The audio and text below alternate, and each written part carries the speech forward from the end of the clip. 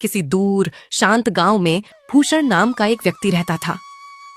भूषण के पास ज्यादा कुछ नहीं था, न बड़ी जमीन न धन दौलत, लेकिन उसके पास था एक बड़ा दिल। वह हमेशा दूसरों की मदद करने को तैयार रहता, चाहे खुद को कुछ मिले या नहीं। सुबह का समय था। भूषण ने मिट्टी के चूल्हे पर सादा खाना बनाया, थोड़ी सी दाल, 2 रोटियां और प्याज का टुकड़ा। वह थाली लेकर बैठा ही था कि यह दरवाजे पर दस्तक होती है। कौन है भाई इतनी सुबह सुबह? बेटा, कुछ खाने को दे दो, कल से भूखा हूं, पैरों में जान नहीं बची। सोचा तेरे घर के सामने बैठ जाऊं, शायद कोई रोटी मिल जाए। भूषण ने देखा एक बूढ़ा आदमी फटे कपड़ों में धूल से सना हुआ, धूप से जली हुई त्वचा, आंखों में भूख और थकान। अरे काका, अंदर आइए ना, देखिए मैंने अभी अभी खाना बनाया है। आइए बैठिए, साथ में खा लेते हैं। नहीं बेटा, तू खुद खा ले, इतना थोड़ा सा खाना है, मैं खा लूंगा तो तू भूखा रह जाएगा। अरे चिंता मत कीजिए काका, मैंने रात को थोड़ा खा लिया था, आप खा लीजिए, आपसे ज्यादा जरूरत आपको है। बेटा, तू तो भगवान का रूप है, आज के जमाने में कोई इतना बड़ा दिल कहाँ रखता है। भूषण हंसकर कहता है, अगर भगवान रूप में आता तो वो भी भूखे को खाना ही खिलाता काका।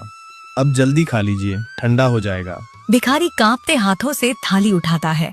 हर निवाला ऐसे खाता है जैसे जिंदगी लौट आई हो। भूषण चुपचाप उसे देखता रहता है, उसकी आंखों में संतोष, चेहरे पर शांति। भगवान तुझे सुखी रखे बेटा, तेरे घर कभी अन्न की कमी ना हो। आज तूने मुझे सिर्फ खाना नहीं दिया, जीने की ताकत दी है। भूषण झुककर उसके पैर छूता है। भिखारी आशीर्वाद देकर चला जाता है।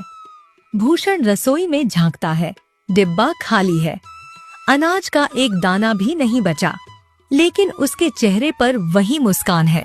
कोई बात नहीं, अगर मेरा पेट खाली है तो क्या हुआ, किसी का पेट तो भर गया, शायद यही सच्चा सुख है। कभी कभी भूख मिटाने से ज्यादा तृप्ति किसी और की भूख मिटाने में होती है। बहुत अच्छा, यह दूसरा दृश्य, गांव का रास्ता, कहानी को और गहराई देता है। सूरज सिर पर चढ़ आया था, गांव की कच्ची सड़क पर धूल उड़ रही थी। भूषण खाली पेट लेकिन मन में सुकून लिए धीरे धीरे कदम बढ़ा रहा था।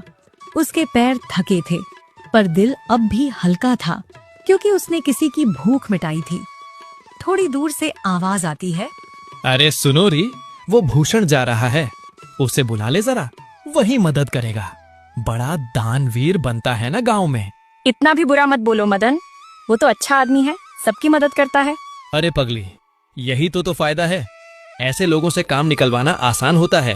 भूषण पास आता है, पीठ पर कपड़ा बंधा है, चेहरा पसीने से भीगा हुआ, पर होंठों पर अब भी मुस्कान है। अरे मदन भाई, क्या हाल है? लगता है बहुत सारा अनाज काटा है आज।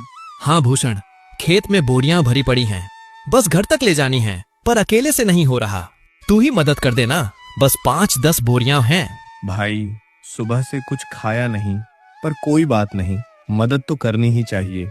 भूषण बिना कुछ सोचे अपनी कमर सीधी करता है और बोरियां उठाने लग जाता है। सूरज अब और तेज है, पीठ पर बोरी का बोझ, माथे पर पसीने की धार, हर कदम के साथ शरीर जवाब देने लगता है।